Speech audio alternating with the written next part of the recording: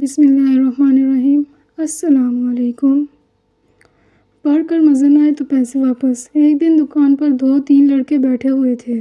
ان کے قریب سے ایک قادیانی گزرا۔ انہوں نے اسے سنانے کے لیے مرزا کو 2-3 گالیاں دے دیں۔ یہ واقعہ اوکاڑا شہر کا اور پاکستان بننے سے پہلے کا ہے۔ اس وقت انگریز حکومت قادیانیوں کا پورا ساتھ دیتی تھی۔ اس قادیانی نے مسلمان لڑکوں کے خلاف عدالت میں ہتک عزت کا دعویٰ کر دیا۔ اس پر اوکاڑا کے مسلمانوں نے مجلس احرار لاہور کے دفتر کو خط لکھ کر ساری صورتحال بتائی اور درخواست کی کہ ان کی مدد کے لیے دفتر سے کسی کو بھیجا جائے جو عدالت میں ہماری مدد کر سکے۔ حضرت عطا اللہ شاہ بخاری رحمۃ اللہ علیہ نے حضرت مولانا محمد حیات رحمۃ اللہ علیہ کو حکم دیا کہ آپ اوکاڑا چلے جائیں اور اس کیس کی پیروی کریں۔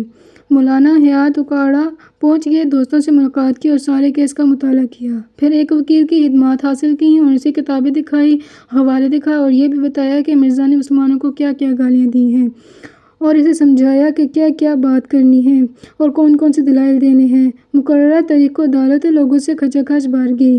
سب لوگ مقدمے کی کارروائی کو سننا چاہتے تھے۔ مولانا حیات صاحب نے وکیل کو بہت تیاری کروائی ہوئی تھی، اس لیے وہ مطمئن تھے کہ ان کا وکیل سب کچھ سنبھال لے گا، لیکن وکیل نے ان کی بتائی ہوئی ایک بات بھی نہیں کی۔ وہ سب یوں ہی رہ گئی۔ وکیل اس طرف آیا ہی نہیں بلکہ اس نے عدالت میں اس قادیانی سے یہ کہا کہ میں کوئی زیادہ لمبی چوڑی بات نہیں کروں گا، نہ ہی دلائل دوں گا۔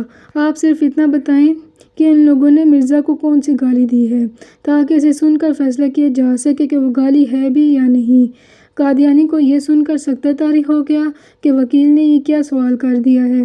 مجسٹریٹ منہ پر رومال رکھ کر مسکرانے لگے کہ وکیل نے کیا خوب سوال کیا ہے۔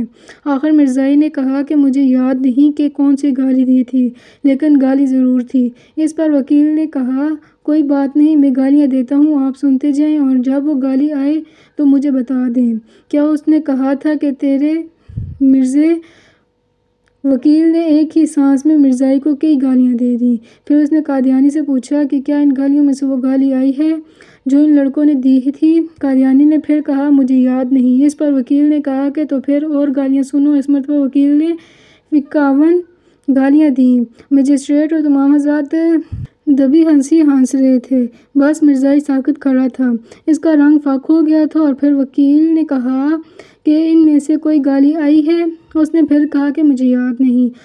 اب وکیل نے جج سے کہا کہ سر مجھے کل کی تاریخ دے دیں، کیونکہ جو گالیاں مجھے آتی تھیں وہ میں تمام کی تمام دے چکا ہوں۔